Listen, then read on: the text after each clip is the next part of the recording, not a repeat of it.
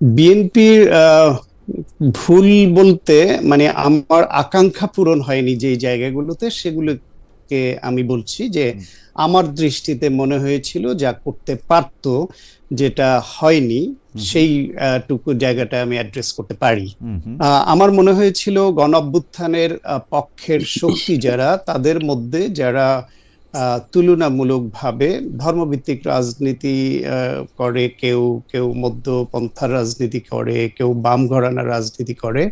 BNP যেহেতু বামের ডানে ডানের বামে এই পরিচয়ে থাকে, সুতরাং তারা সব পক্ষকে অ্যাকোমোডেট করবার যে চেষ্টাটা ছিল, সেইখানে কোথাও কোথাও গিয়ে আসন সমঝোতার প্রশ্নে এসে একটু হোঁচট খেয়েছে। ফলে অলি আহমেদ একজন মুক্তিযোদ্ধা, তিনি স্বাধীনতা বিরোধীদের পক্ষে যাওয়ার মতো পরিস্থিতি কোনো কারণে হয়তো তৈরি হয়েছে, তিনি ওইদিকে গেলেন। এইটা বিএনপির তরফ থেকে কিভাবে অলি আহমেদকে ধরে রাখা যায় একজন মুক্তিযোদ্ধা হিসেবে, হুম, মুক্তিযুদ্ধের পক্ষের শক্তির সঙ্গে, সেই চেষ্টাটায় কোথাও ঘাটতি ছিল কিনা জানি না। এইটা একটা তরুণদের দল এনসিপি, সেই এনসিপিটা তাদের ভোটের বিচারে খুব পার্সেন্টেজ অফ ভোট তাদের খুব হাই না, কিন্তু তাদের মধ্যে একজন তরুণ আছে যারা লেখাপড়া করেন এবং গুছিয়ে কথা বলতে জানেন মিডিয়ায়, এবং কিছু লোকের তাদের প্রতি একটা সহানুভূতি আছে 24-এর শক্তি হিসেবে। সেই হিসেবে তাদের সঙ্গেও একটা বেটার আন্ডারস্ট্যান্ডিং পজিশনে বিএনপি যেতে পারলো না কেন, এই আক্ষেপটাও আমার আছে। পাশাপাশি আমার কেন যেন মনে হয়েছে এই নির্বাচনে যদিও বিএনপি চেয়ারম্যান তারেক রহমান তিনি বলছেন যে এটা খুব একটা কঠিন পরিস্থিতির মধ্য দিয়ে তাদেরকে যেতে হবে, সেইটার পালসটা বিএনপির অন্য নেতা কর্মীরা কেন যেন মনে হয় ধরতে পারছেন না। ফলে এই নির্বাচনে তাদের এইরকম একটা অনেক জায়গায় মনে হয়েছে যে তারা ধরে নিয়েছেন বড় দল হিসেবে, যেহেতু অতীতের বিভিন্ন নির্বাচনে জামায়াতের পার্সেন্টেজ অফ ভোট বিভিন্ন আসন ভিত্তিক খুবই কম, সুতরাং এটা প্রতিযোগিতায় আসবার মতোই না। তারা হুম, তিনটা চারটা থেকে হাইয়েস্ট 18টা সিট পেয়ে পাওয়া দল, তাও জোটে থাকলে, একা করলে তিনটা চারটার বেশি হুম, পায় না। হুম, সেই বিবেচনাটা সম্ভবত কেউ কেউ মাথায় রেখেছে এবং ওই তাত্ত্বিক বিশ্লেষণের মধ্যে কেউ কেউ আছে। ফলে একটা ম্যাসিভ ক্যাম্পেইনে যে তাদের যাওয়া দরকার, প্রতিপক্ষকে যে কখনো হালকা করে দেখতে নেই, সেই সিরিয়াসনেসটা বিএনপির মধ্যে আমি খুব একটা দেখতে পাইনি। বরং আমি এই উদাহরণটা দু এক জায়গায় দিয়েছি যে 1991 সনে আওয়ামী লীগ শুটকোটটাই বানিয়ে মন্ত্রণালয় ভাগ করে নিয়ে বসেছিল যে কে কোন মন্ত্রণালয়ে গিয়ে বসে পড়বে। হুম, কিন্তু বিএনপি তখন ডাকসুতে ছাত্রদল জিতলো এবং বেগম খালেদা জিয়ার এরশাদ বিরোধী আপসহীন ভূমিকার কারণে, ওই আন্দোলনে আপসহীন হুম, ভূমিকার ইমেজ নিয়ে বিএনপি এইরকম ব্যাপক প্রচারণা এবং ছাত্র সংসদের ওই ইমেজ, খালেদা জিয়ার ইমেজ নিয়ে তারা কাজ করলো মাঠে, এবং ফলাফল কি হয়েছে সবাই আপনারা জানেন।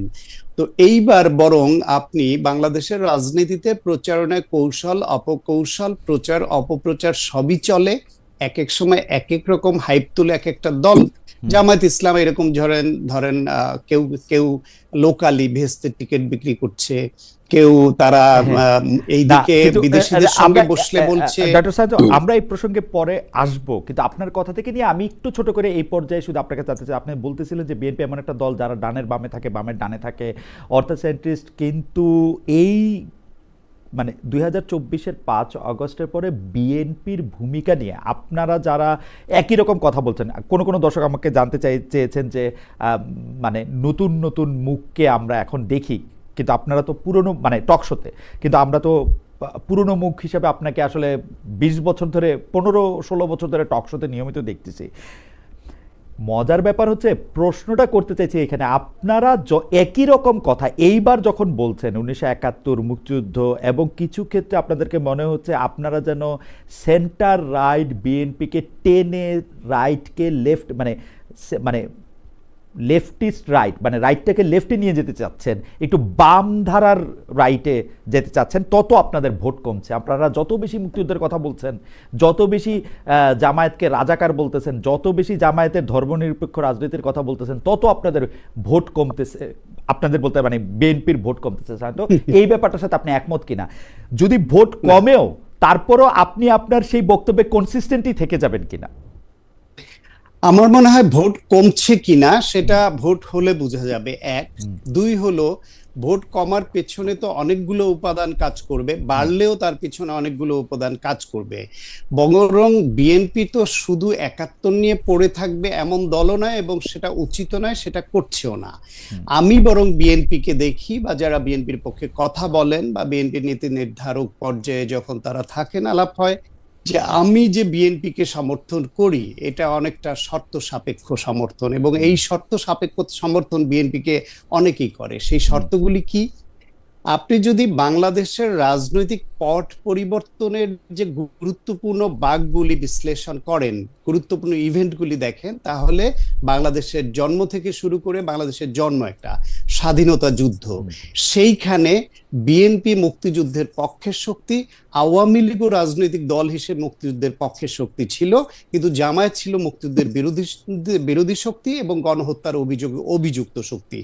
আবার আওয়ামী লীগ পরে এসে একদলীয় বাকশাল করলো, সেখানে গণতন্ত্র থেকে বিচ্যুত হলো, বহুদলীয় গণতন্ত্রে যে প্রবর্তনটা হলো, সেখানে জিয়াউর রহমানের একটা ক্রেডিট পয়েন্ট যোগ হয়ে গেল। আবার এরশাদ বিরোধী আন্দোলনের সময় ৮৬ নির্বাচনে যখন আপনার এরশাদের অধীনে জাতীয় পার্টির সঙ্গে জামায়াত ইসলাম এবং আওয়ামী লীগ একযোগে গেল, যদিও শেখ হাসিনা বলছিলেন যে এখানে যারা যাবে তারা জাতীয় বেঈমান, তারপরও গেল, সে বিএনপি এবং তার জোট তারা গেল না, এবং বেগম খালেদা জিয়া আপসিত নেত্রী হলেন, এবং তার ফলাফল ৯১ আপনারা জানেন। এর পরবর্তী যেই ইভেন্টগুলো, বড় ইভেন্ট আসছে ৯০-এর গণঅভ্যুত্থান, সেখানে শেষ পর্যন্ত বিএনপি, আওয়ামী লীগ, জামায়াত ইসলাম সবারই গণঅভ্যুত্থানে পক্ষের শক্তি হিসেবে ছিল।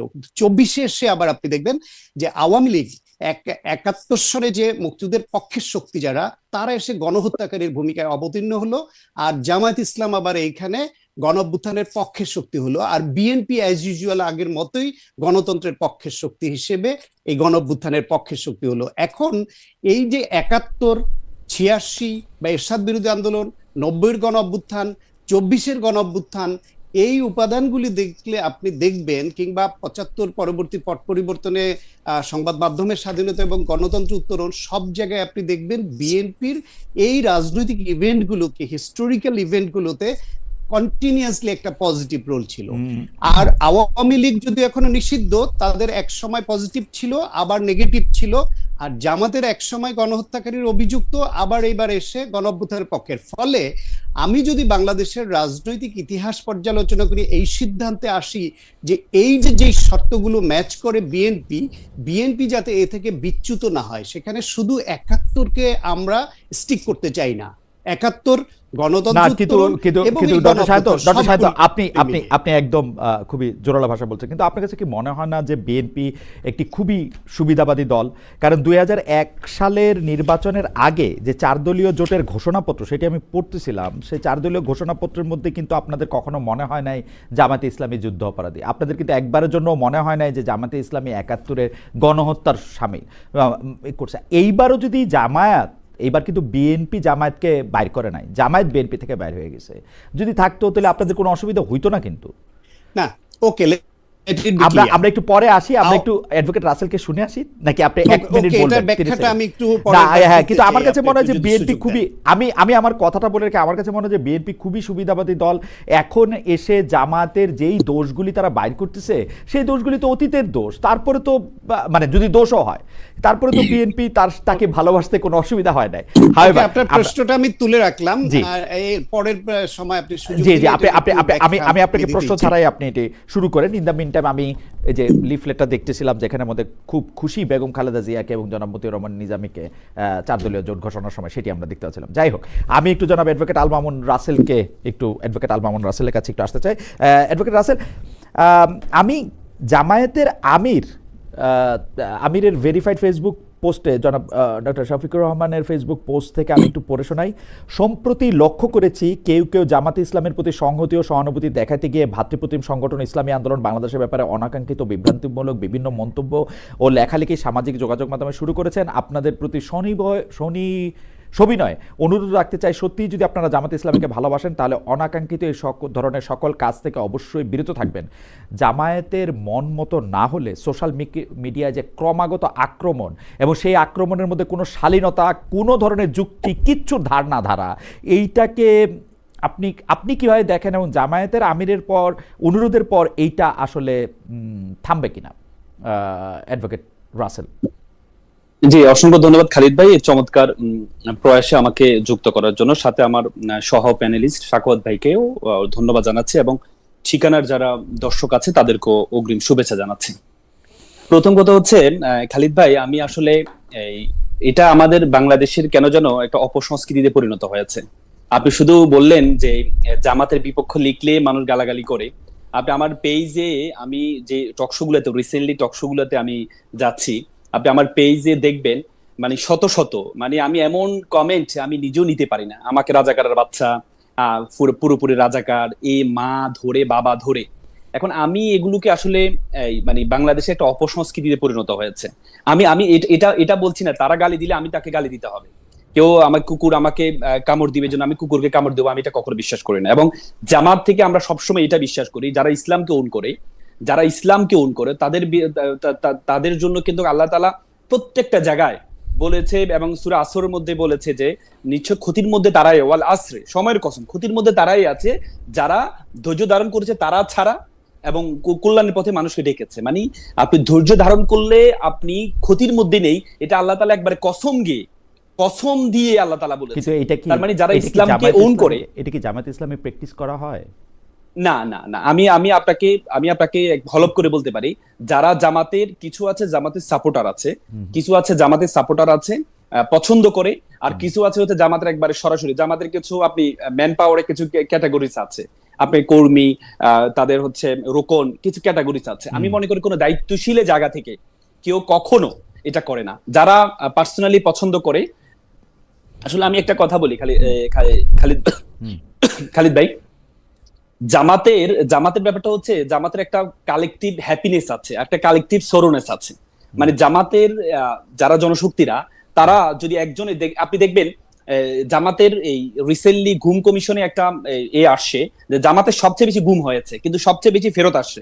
তার কারণ হচ্ছে জামাতের যদি সাতক্ষীরাতে কেউ একজন যদি গুম হয়, তাহলে প্রত্যেকটা উপজেলা, জেলা শহরে আপনি যাবেন, যাকে জিজ্ঞেস করবেন জামাতকে ওন করে, সে বলবে যে মনে হচ্ছে আমার ভাইকে আমি হারিয়ে ফেলেছি।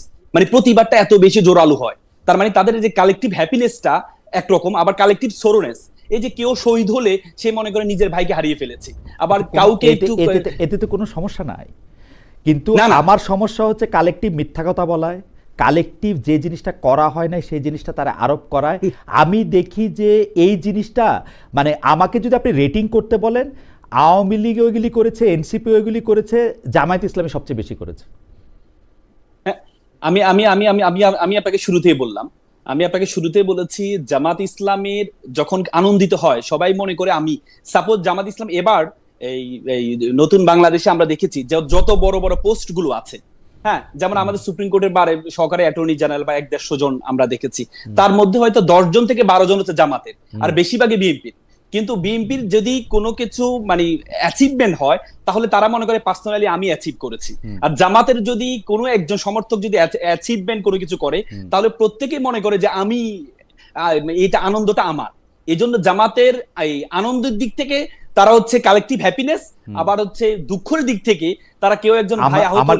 আমার কাছে কিন্তু খুবই ভালো লাগে জামায়াতের কালেকটিভ হ্যাপিনেসের কথা যেটা বলতেছেন, সেটা আমি মানিও।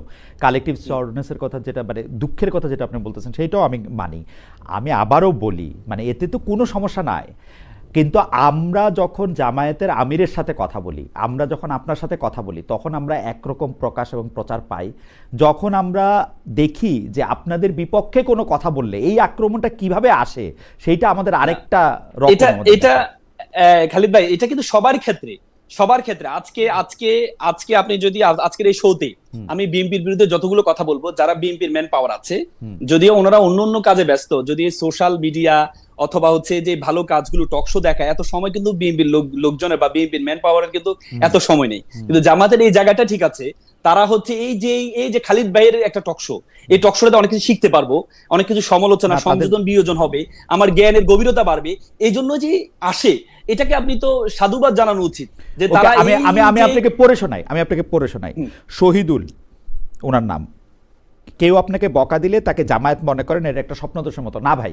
কেউ আমাকে বকা দিলে আমি তার সাথে এঙ্গেজ হইতে চেষ্টা করি, আমি দেখি তার ফেসবুক পেজে বা তার অন্যান্য সময় সে কি বলে, তো সেই জন্য আমি বুঝতে পারি। এই যে আপনি একটা কথা বললেন, এই কথাটা কি একটা জাতীয় টেলিভিশনে, এইটা সরি মানে অনেক মানুষ এটা দেখে, জাতীয় টেলিভিশন না ধরেন, এটা একটা ইয়াতে এটা বলার মতো কথা?